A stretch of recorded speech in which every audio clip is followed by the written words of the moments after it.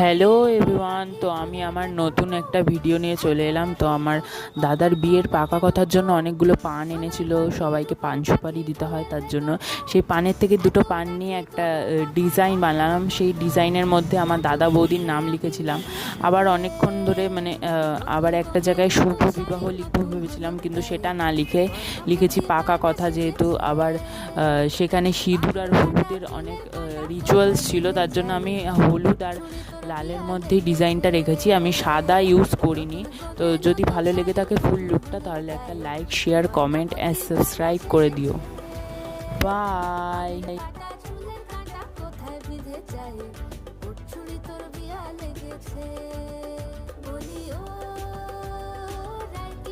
পান সুপারি ওর চুরি তোর বিয়া লেগেছে।